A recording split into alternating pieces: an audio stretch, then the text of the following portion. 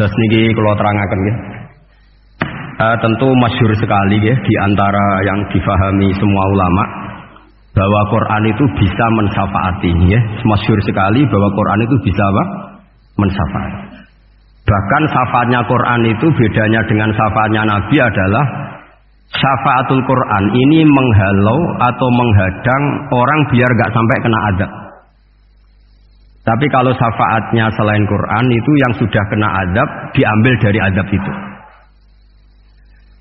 Nah, dalu niki kula kepengin matur teng jenengan sedanten karena niki lami sekali saya kaji bahwa malaikat, nggih malaikat sinten mawon, itu juga kena konstitusi aturan fikih.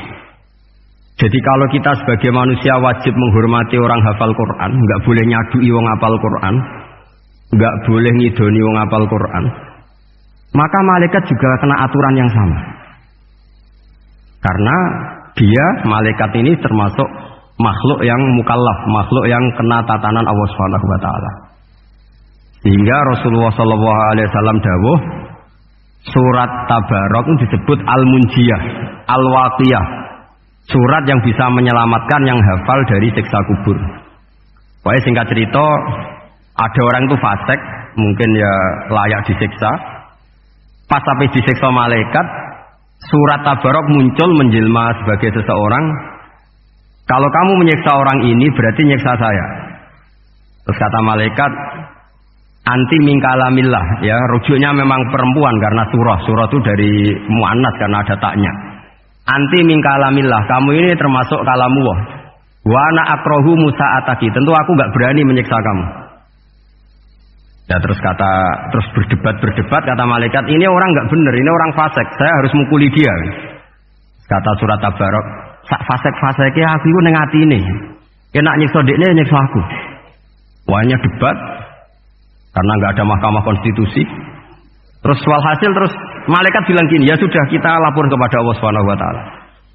Lapor, akhirnya surat Tabarok ini cerita ke Allah, ya Allah, ini orang setiap kali datang ke saya dari sekian surat-surat yang ada di Quran, orang ini milih saya, yang dipelajari ya saya, yang dihafalkan juga saya. Ini kata surat Tabarok kepada Allah.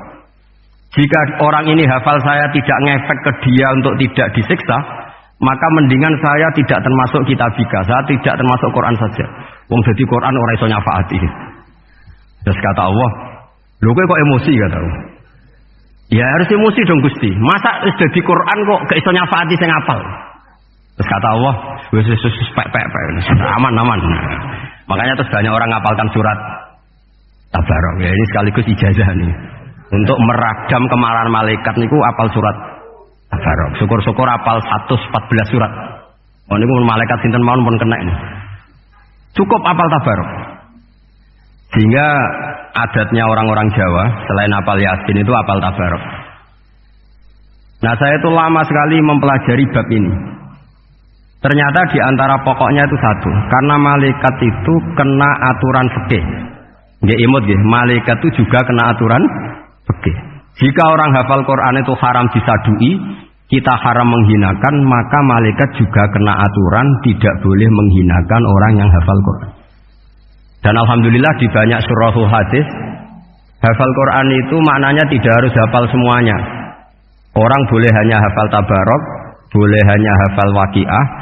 Itu kalau kamu hafal betul, surat ini juga bisa berdiri sendiri mensyafaati Anda. Kayak ini surat Tabarok, beliau matur kepada Allah Subhanahu wa taala. Redaksinya gini, inna fulanan amida ilayya min baini kitabika fata'allamani wa ta'alani. Jadi dari sekian surat yang ada di Quran, orang ini selalu milih saya ya Allah. Jadi gampangannya surat Tabarok, wong saya diprioritaskan orang ini kok saya dingin-dingin saja ketika mau jenengan siksa, ini enggak fair. Apa gunanya saya sebagai kalamullah, sebagai kalamuka ya Allah, kemudian enggak ngefek kepada orang ini. Akhirnya hasil sama Allah surat Tabarok diberi hak syafaat. Makanya akhirnya semua ulama ijma yang bisa mensyafaati itu adalah satu Quran, dua Rasulullah Shallallahu Alaihi Wasallam, ketiga orang-orang soleh dan seterusnya. Tapi yang penting dari ngaji ini adalah bahwa malaikat itu kena konstitusi. Makanya saya punya ijazah untuk jenengan. Malaikat itu bisa diteror, sampean tenang saja. Malaikat itu bisa diteror, bisa dibully. Masyhur itu di cerita Nurul Dolam karangannya Syekh Nawawi. Sayyidina Ali yang mbahnya Habib Ali ini, Sayyidina Ali bin Abi Thalib. Ya, jadi Rasulullah kita tahu punya menantu yang top alim alama namanya Sayyidina Ali. Sayyidina Ali ku yang menuso. Jadi dekne ku iseng kepengen roh Umar ku wedi. Mergo mangkel. Wong kok ning donya anggere wong tau disentak iku kepengen roh Umar disentak. Wong sak urip-uripe nyentak. Wong. Walhasil Sayyidina Ali ketika Umar wafat, beliau berdoa, ya Allah saya beri kasep supaya ngerti Umar sing mletene ngono anggere wong disentaki wani gak nyentak mungkar nakir. Itu tok tujuannya. Karena Sayyidina Ali itu orang yang luar biasa, walhasil dituruti oleh pangeran kasep. Wasep melihat mungkar nakir datang itu matanya kalkidril wali kayak apa panci yang menganga. Seru. Umar baru bangun dari kubur. Sayyidina Ali sebenarnya ingin melihat kalahnya Umar. Niatnya itu ingin melihat kalahnya Umar. Ternyata Umar tersinggung, langsung berdiri. Hei malaikat, kamu itu harus punya akhlak. Kamu tahu saya siapa? Saya ini temannya kekasihnya Allah. Yang diandalkan temannya, bukan dia. Jadi bolehlah neror malaikat itu boleh. Kamu tahu saya ini siapa? Saya ini temannya kekasihnya Tuhan, kekasihnya Allah. Ya ke sapa? Kancane Nabi Muhammad. Itu panik mungkar nakir. Panik terus matur Allah, ya Allah ini ada orang yang saya teror malah saya diteror.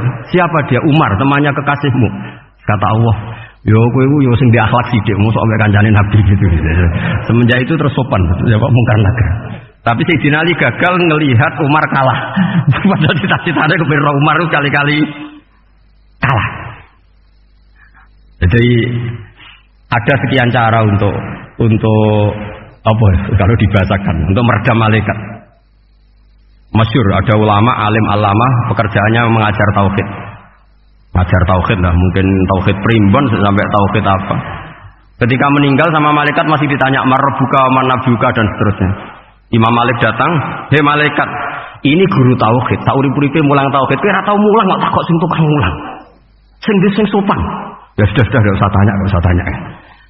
Jadi cerita seperti ini mungkin orang lain boleh nggak percaya, tapi itu mudawwan, dibukukan di beberapa kitab, dan saya percaya itu karena secara umum kaidahnya adalah ala inna auliya Allahi la khaufun alaihim wa lahum yahzan. Tetap lahumul busyra fil hayatid dunya fil akhirah. Hanya kalau wali itu mengalami ketakutan ketemu mungkar nakir, berarti dia tidak punya busyra fil akhirah. Padahal para wali ini dijamin punya busyra, mendapatkan gembira di dunia, juga mendapatkan gembira di akhirat. Artinya kalau para wali ngalami ditanya mungkar nakir, tuwakut, apa mana bayangno kepuyah-puyah, wah itu lahumul busyra. Jadi ini, makanya zaman nanti kalau ditanya mungkar nakir, marbuka, saya guru tauhid, ngajar di Kudiah kelas 6. Nah, harus jelas. Saya kalau ditanya juga gitu, saya guru Minhajul Abidin, ngajar di Habib Ali, Minhajul Thalibin, harus jelas. Kalau Pak Najib lebih gampang, ketua menoro, lebih gampang lagi. Enggak apa-apa. Kalau karena malaikat itu ternyata mukallaf itu kena aturan hukum, nggak boleh dia selonang-selonong, kena aturan hukum. Makanya fa inna Allah ta'ala la yu'adzibu qalban wa al-Qur'an. Allah tidak akan menyiksa hati yang ada di Quran. Kalau orang hafal Quran sampai mati, artinya dia membawa Quran. Dan artinya apa? Malaikat kena aturan tidak boleh melecehkan orang yang membawa Al-Quran. Hingga surat Al-Baqarah nggak terima. Ini orang ini hafal saya. Kalau kamu mukulin dia, kena saya. Tapi ini orang fasik. Tapi saya di situ. Kalau mukulin dia, kena saya. Akhirnya kompromi, terus konsultasi di Allah. Akhirnya dibenarkan surat Al-Baqarah. Ya, terus ini sudah clear ya, lolos ya, mungkar nakir lolos. Baru kayak surat apa? Al-Baqarah. Mungkin buatan dites malih, nak dites malih ndredeg keliru ribet. Tapi saya percaya itu ya. Saya tidak bisa membayangkan ya. Ketika Quran disifati Rasulullah Shallallahu Alaihi Wasallam bahwa Quran itu syafa', memberi syafaat, kemudian itu tidak ngefek. Saya itu keberatan sekali. Begitu juga apalagi ya, misalnya Rasulullah disifati aqrabin nas, ahabbin nas ilallah, kemudian tidak ngefek bisa memberi syafaat, itu tidak fair. Pasti orang-orang dekatnya Allah ini bisa memberi apa? Syafaat. Karena status kedekatannya Rasulullah Shallallahu Alaihi Wasallam diantaranya adalah hak memberi nopo syafaat. Karena malaikat yang semuanya itu kena konstitusi. Saya punya kitab syarahnya Bukhari banyak, saya punya itu diantaranya riwayat dari Ahlul Bait dari Sayyid Ali Zainal Abidin Anil Husain an Abihi an Rasulillah Shallallahu Alaihi Wasallam. Itu riwayatnya adalah ketika nanti di mahsyar itu ya tidak usah kamu bayangkan ya, karena ini bila kaifin walan hisorin, itu Nabi diantara Jibril dan Allah. Kemudian tentu yang akan masuk surga itu orang-orang yang sudah jelas surganya, kayak para nabi, para wali, para habaib, para orang-orang pilihan, itu jelas surganya. Tapi apa yang terjadi? Allah itu ya tentu Allah zat yang maha tahu, sudah sangat tahu. Itu Nabi usulnya itu hanya satu, Ay Rabbi. Saya masih hafal teksnya, memang tak hafalkan karena ini tak mau tak pakai senjata untuk ketemu para malaikat. Bukan ya Rabbi, kalimatnya Ay Rabbi. Ay Rabbi ibaduka abaduka fi atrofil ardi. Lho Gusti, yang nyembah jenengan bukan hanya orang kudus tok, bukan orang menurut tok, bukan madrasah-madrasah elit tok, bukan sekolah-sekolah anggulun tok. Banyak orang yang di tengah hutan juga nyembah jenengan. Banyak orang yang kerja di Korea juga nyembah jenengan. Banyak orang dengan segala kemiskinannya juga nyembah jenengan. Tidak hanya orang-orang mainstream ini yang nyembah jenengan. Akhirnya Allah ini terus nyari orang-orang yang gak jelas alamatnya, gak jelas statusnya, tapi di hatinya hanya masih nyembah Allah Subhanahu wa Ta'ala. Ini termasuk berkah dari rahmatnya Rasulullah Sallallahu Alaihi Wasallam. Jadi nanti yang jelas ya tentu akan dapat surga karena posisinya jelas. Yang enggak jelas diusulkan sama Rasulullah, Ay Rabbi ibaduka abaduka fi atrofil ardi. Itu luar biasa. Saya pernah ke Korea itu haru karena di sana ya ada yasinan, ada dibaan. Padahal kerja di negara ateis. Itu kalau mereka sholat, itu nyuri-nyuri waktu makan, sholatnya itu di kamar mandi. Ya jangan bayangkan kamar mandinya kayak di sini yang sempit, juga kamar mandi di kota-kota itu kan mungkin lebih bagus dibanding kamar tidur jenengan. Kayak di hotel-hotel itu kan kalau santri so ngantuk, saking mewahnya. Jadi bisa kadang ada yang tanya, masa aku kamar mandi nek gue sholat mau cuy, iwak kamar mandimu ini kamar mandi. Ya sering dia tanya saya itu sholatnya sah apa enggak? Sah, semuanya gitu tak jawab sah terus. Dan itu yang nanti diusulkan Rasulullah Shallallahu Alaihi Wasallam, Ay Rabbi ibaduka abaduka fi atrofil ardi. Di luar orang-orang yang mainstream itu ya Allah, banyak orang yang menyembah jenengan. Saya tuh pernah nangis ketika di Bandara Jakarta ketemu orang wireng, serai melarat, jelas melarat, wireng. Ini aku ketemu saya cium tangan, Gus saya ini itu habis dari Selandia Baru. Kerjanya dia itu ikut mancing gitu, mancing ikan tuna di Selandia. Kalau saya di tengah laut itu sampai 2 bulan. Hiburan saya itu hanya ngaji jenengan lewat YouTube. Coba orang di tengah laut ngaji. Wah, itu seneng pojok bumi. Jadi ini umat Rasulullah Shallallahu Alaihi Wasallam. Makanya kalau suwon jenengan yakin saja terhadap syafaatnya Quran, karena semua malaikat itu kena aturan. Di antara aturannya adalah tidak boleh menyiksa orang yang di hatinya ada Al-Quran. Fa innallaha ta'ala la yu'adzibu qalban wa al-Qur'ana, karena Allah tidak akan menyiksa hati yang ada di Quran, yang ada Qurannya. Jika memiliki jelas gini riwayat saking Ibnu Katsir, supaya kula percaya, apalagi ini didhawuhkan Rasulullah Shallallahu Alaihi Wasallam bahwa surat Tabarok adalah disebut munjiyah, penyelamat, juga disebut wakiyah, penjaga. Lalu biasanya orang-orang yang nggak percaya syafaat itu pertanyaannya adalah, kan manusia itu wa alaisa lil insani ila masa'a, manusia itu hanya bisa membawa bekal apa yang pernah dilakukan. Itu dijawab oleh ulama-ulama kita ahli sunnah wal jamaah. Entah perlu ditambahi An-Nahdliyah apa enggak tahu saya. Saya ini kata orang banyak termasuk pengurus PBNU, tapi saya itu tetap nggak pati srek. Kalau ahli sunnah saja, tidak usah ditambahi An-Nahdliyah.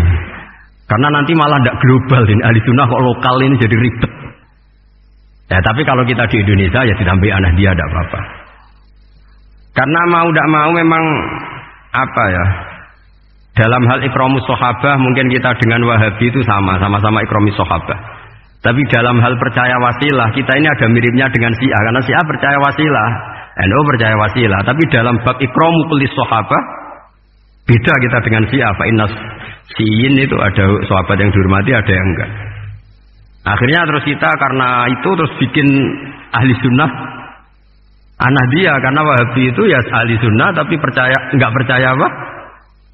Wasilah. Ya katanya gitu, kata para pakar-pakar. Saya sendiri hanya nirukan, saya tidak punya kepentingan untuk menganalisis itu.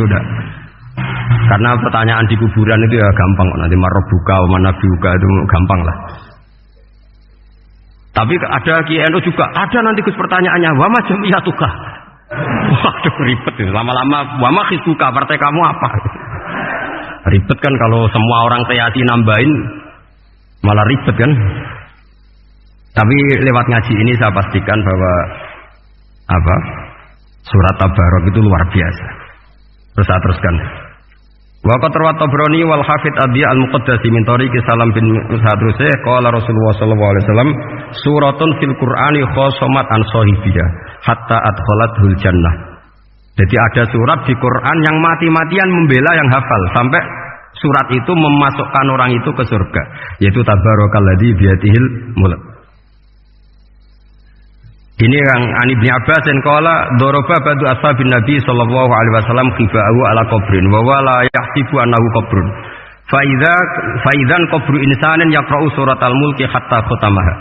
Fa'atan Nabiyya sallallahu alaihi wasallam faqala hiyal mani'ah hiyal munjiyah tunjihi min adzabil qabri. Jadi ada sahabatnya Nabi karena kemalaman dia bikin tenda di kuburan. Dia agak ngira kalau itu kuburan. Ternyata di situ ada orang Shahibul Qabri ini baca surat Tabarok. Baca surat Tabarok. Kemudian peristiwa itu dilaporkan ke Rasulullah. Jawabnya Nabi apa? Memang surat Tabarok itu al-mani'ah, yang bisa menghalau atau menolak azab. Diyal munjiyah, memang surat Tabarok itu menyelamatkan tunjihi min adzabil qabri, akan menyelamatkan orang itu dari siksa kubur. Ikut ke sekolah. Wa qala Tabrani haddatsana Muhammad bin Hasan. Terus qala Rasulullah sallallahu alaihi wasallam lawadittu annaha fi qalbi kulli insanin min ummati. Karena keramatnya surat Tabarok seperti itu, kata Nabi lawadittu pakai lam taukid. Yakti seneng ingsun annaha di surah yaitu Tabarok fi qalbi kulli insanin min ummati. Karena keramatnya surat Tabarok seperti itu, saya suka kalau semua umat saya itu hafal itu. Nah, alhamdulillah barokahnya didikan para kiai, para guru, hampir semua kita ini hafal surat Tabarok. Daripada yang kampanye harus hafal Quran semua, ya sudahlah, ini al-maisur la kutubil maksur atau ma la yudraku kulluh la yudraku kulluh. Jadi saya itu punya santri orang Sulawesi. Itu dulu guru gitar. Santri di Jogja, dia dulu sekolah kesenian di Jogja terus jadi guru gitar. Saya ini kan kiai fikih. Saya mazhabnya sama dengan Pak Najib, termasuk ngaramkan gitar ini. Mau tak haramkan kok ora gelem ngaji malah ribet, tak halal to gitar kok tak halal. Wis meneng ae. Semeneng ae.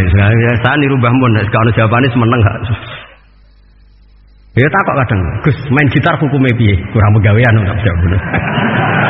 Halal tak haram, Gus? Kurang pegawean jelas. Halal haram tak kok ribet. Tapi yang unik dari itu apa? Tiap tahun Beb itu datang ke saya setor surat Tabarok. Kadang ya setor 5 ayat, 20 ayat, sampai kadang naik pesawat dari Sulawesi.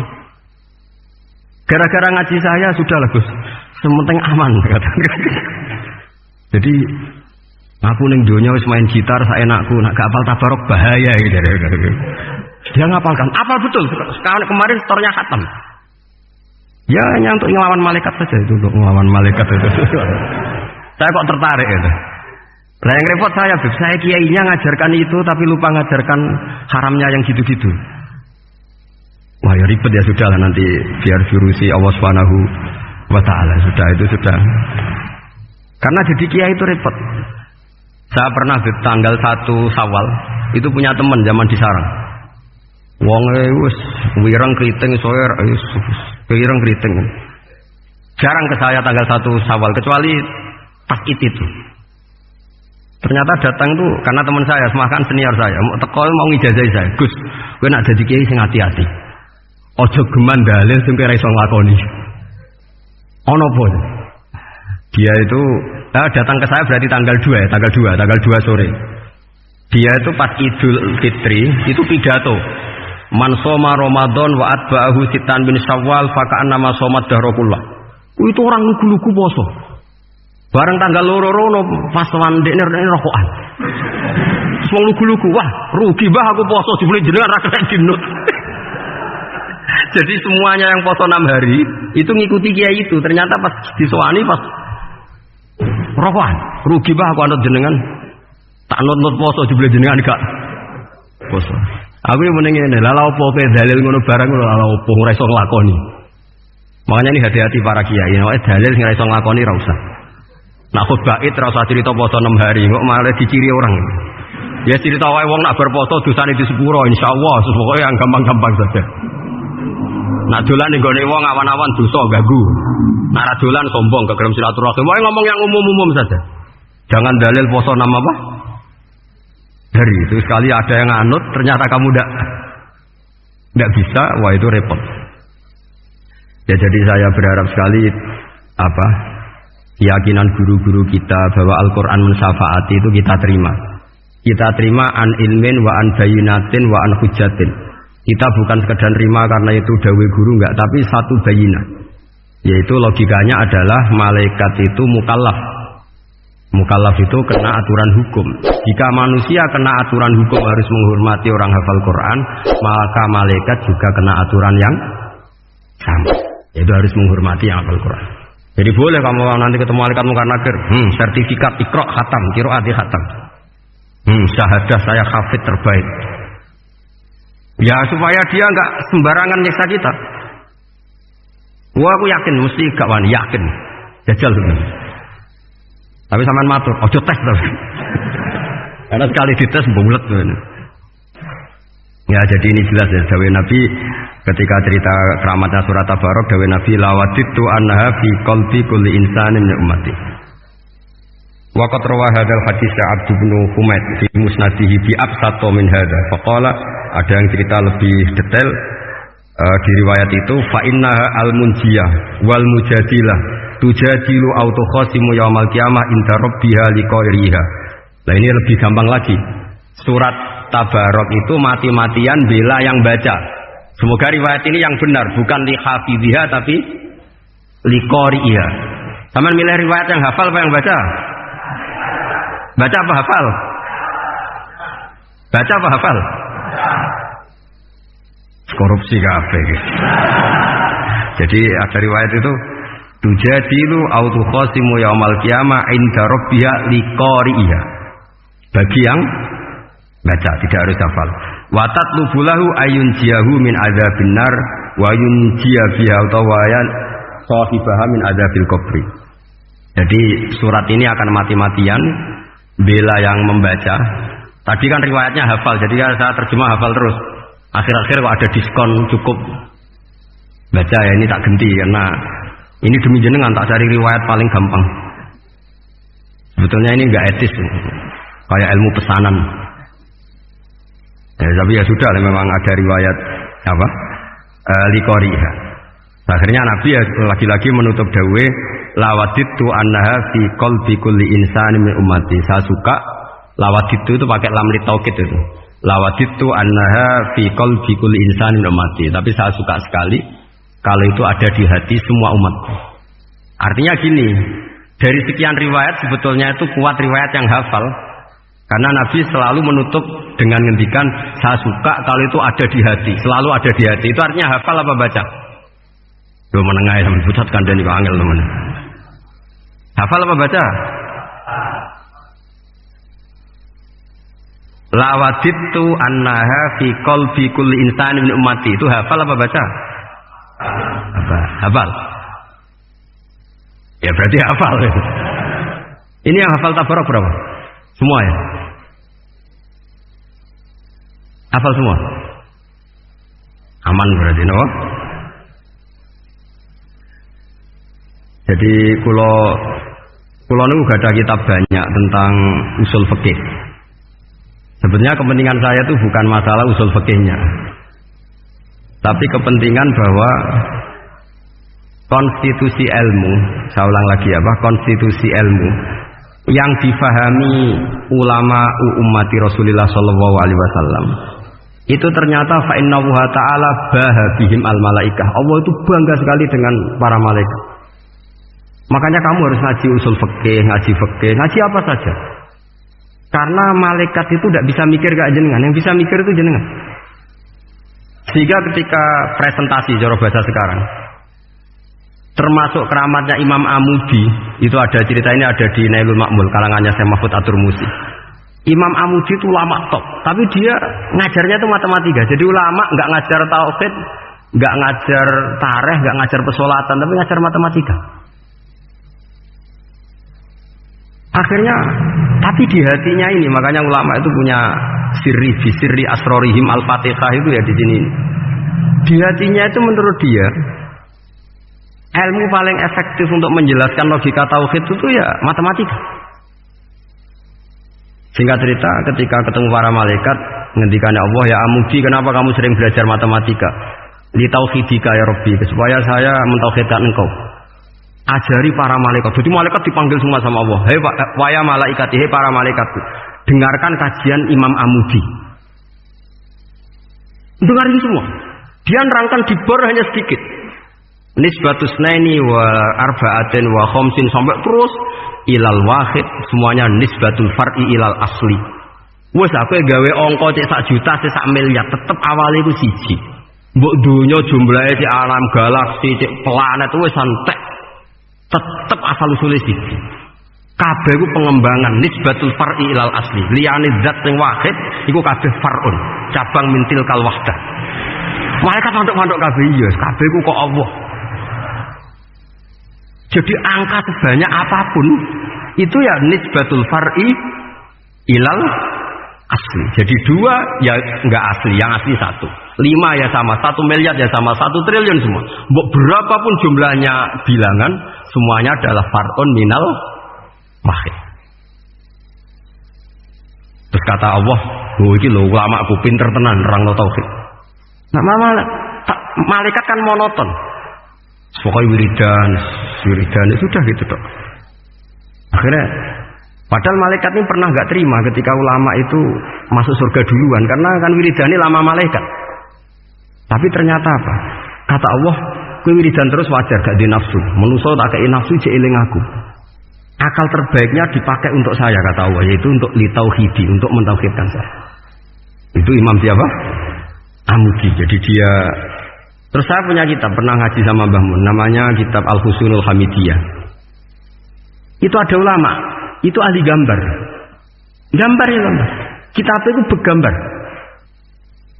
Kadang gambar wet, kadang gambar wedhus, pokoknya kitabnya gambar. Tapi wong keramat.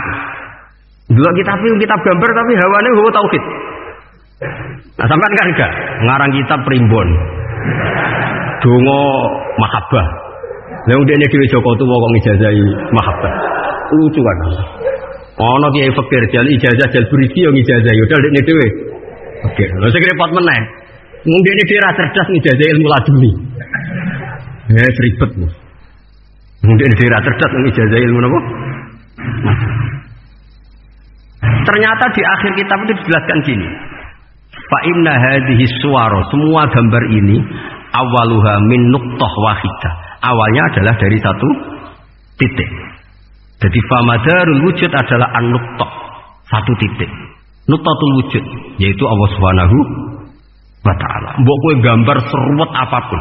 Wis aku gambar benang paling ruwet sing ra iso diurai. Awalnya 1 titik apa 2 titik?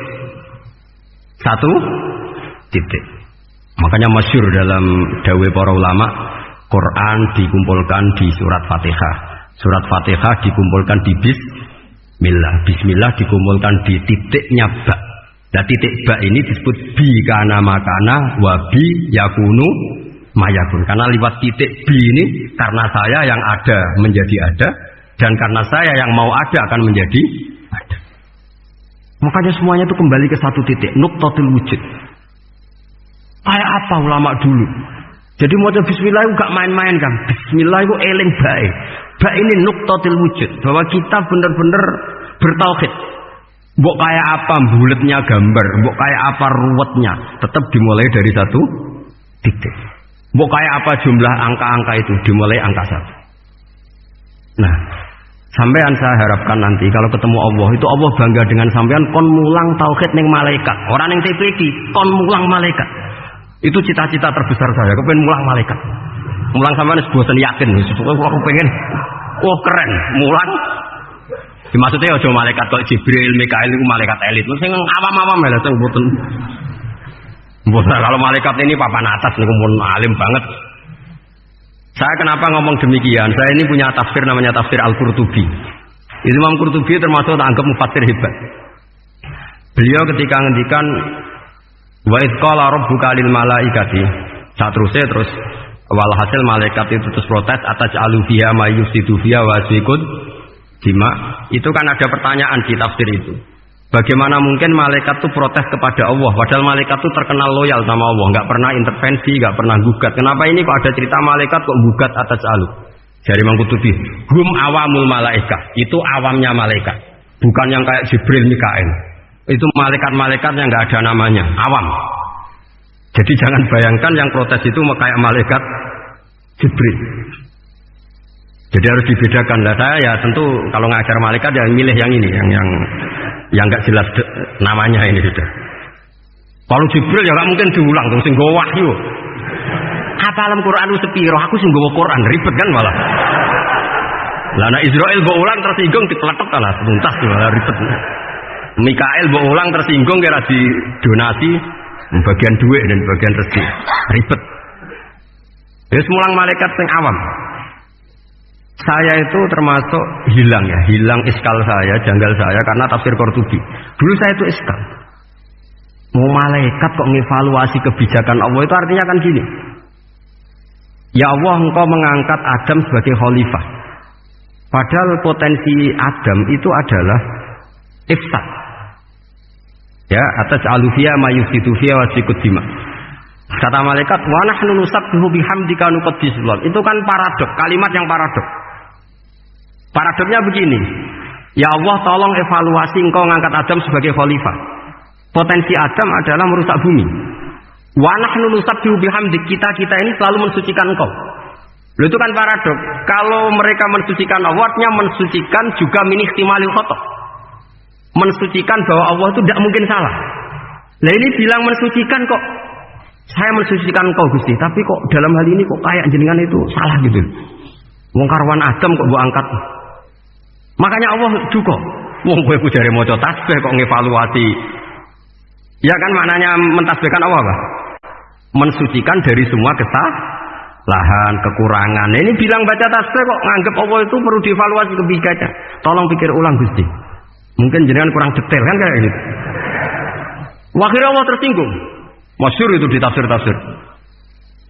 Meskipun tafsir itu sebagian Israiliyat, yang keterusan itu rodok Israiliyat. Tapi cara kula rodok setuju kan, Israiliyat yang rodok gitu. Itu kan masyhur itu akhirnya. Lah apa alasannya Adam kok salah? Bani Adam tentu akhirnya Adam ini kemudian berganti ke Bani Adam. Dan itu jadi perdebatan ahli tafsir. Apakah dhamir itu harus kembali ke asal? Apa boleh ke pengembangannya? Misalnya Adam itu kan di situ disebut atas alufiha mayyusfidu fiha wasikut dima. Padahal Adam yang nabi ini nggak pernah yusfikud dima, nggak pernah yufsid fil ardi, juga nggak pernah wasikut dima. Ya, saya ulang lagi, Adam yang nabi itu kan nggak pernah ngalami atas alufiha mayyusfidu fiha wasikut dima. Berarti Adam ini nanti yang nakal, yang sampai senang pertemuan darah itu Adamnya apa anaknya? Anaknya kan? Itu jadi perdebatan ahli tafsir. Walhasil singkat cerita, malaikat ini tidak salah. Nyatanya kita tahu kan perang di Irak, di Syria, perang zaman Belanda, Bani Adam itu senang sabtu dima. Tapi ternyata malaikat ini ditegur sama Allah. Dia manusia itu salah itu binafsu. Gue bener mergo ora tak kei nafsu. Masyhur terus dicerita Israiliyat itu ada malaikat, dia jajal Gusti. Jajal tenan dikai nafsu, medun ketemu wong adus langsung merkosa. Gaweanan sih, ora kenalan sih.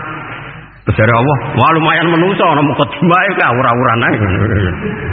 Walhasil terus malaikat ape terbang enggak bisa Ini kata cerita Israiliyat, kamu harus menentang cerita ini. Tapi saya setuju. Singkat cerita, pertanyaannya adalah, mungkinkah malaikat melakukan kesalahan? Padahal termasuk salah adalah protes kepada Allah Subhanahu wa ta'ala. Itu dijawab oleh Imam Qurtubi, hum awamul malaikah. Itu awamul malaikat. Jadi kita harus membedakan malaikat yang papan atas, yang ashos.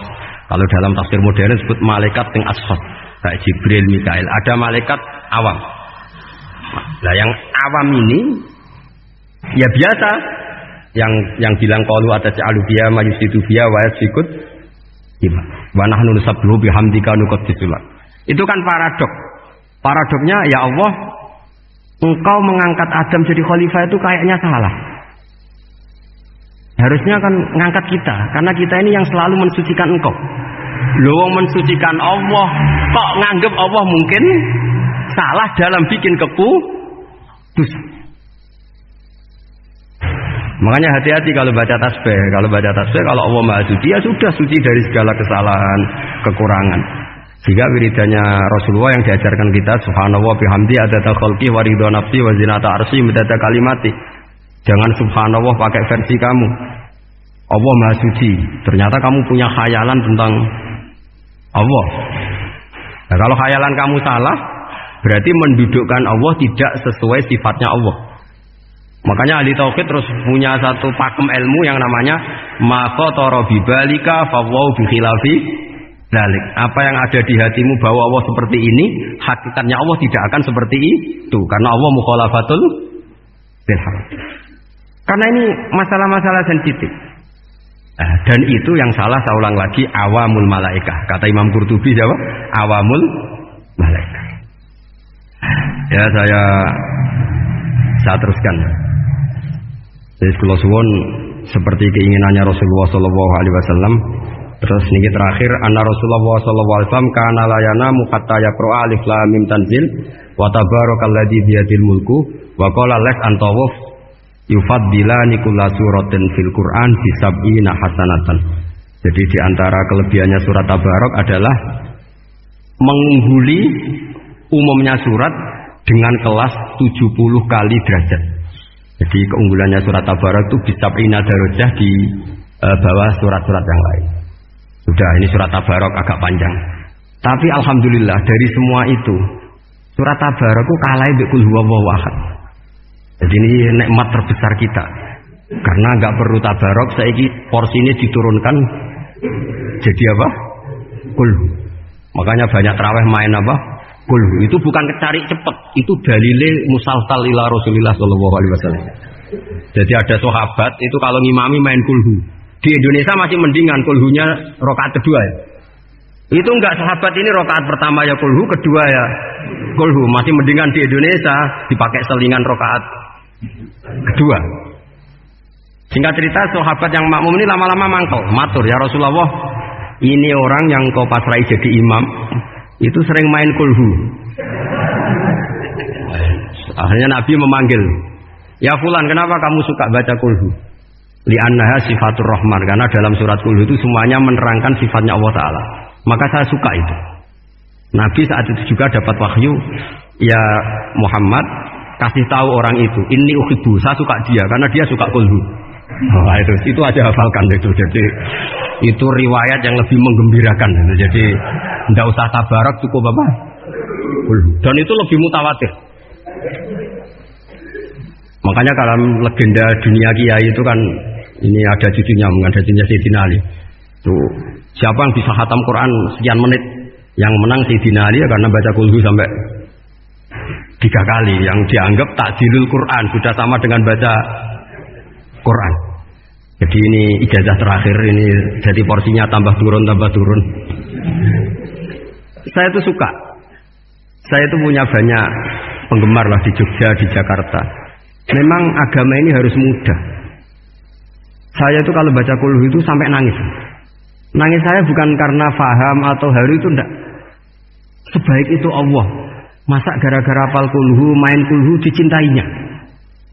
Ya karena memang Allah itu benar-benar zat yang baik. Makanya saya punya teman itu kurang ajarnya, masya Allah. Kalau tes ditanya rukun Islam berapa, nawaqidul wudu berapa, muftitatus salat berapa. Semuanya dijawab la ilaha illallah. Terakhir ditulis kafir Pak sama anak nyalahno iki. Nyalahno la ilaha illallah kafir apa ndak? Gurune bingung kan akhir. Di ek iku la ilaha illallah kok di ek. Akhirnya bocah diceluk, "Cung wasetem piye? Mana sampean wani ngaib Pak, kafir Pak." Akhirnya sudahno ribet-ribet. Pertanyaan apa tuh? Ma muftilatus salat la ilaha illallah. Nah gitu wudu ya. Tapi jangan tiru lho. Lah gurune kok pengen kawani kafir. Siapa yang berani nge la ilaha illallah? Yo ana meneh sing buweling. Sanging belinge ku disurati wong tuane. Kula nu mondok sarang era kuno dadi ijek lugu wong. Surati wong tuane, kowe gak susah, wong tuamu disurati. Tenang ya Gus, bapakku buta huruf. Jadi disurati, gak ngefek wong bapaknya buta huruf. Nah, di Islam, saya ulang lagi di Islam. Dengan tanda kutip kesalahan-kesalahan kecil gini ku zaman Nabi, sahabatnya Nabi, iku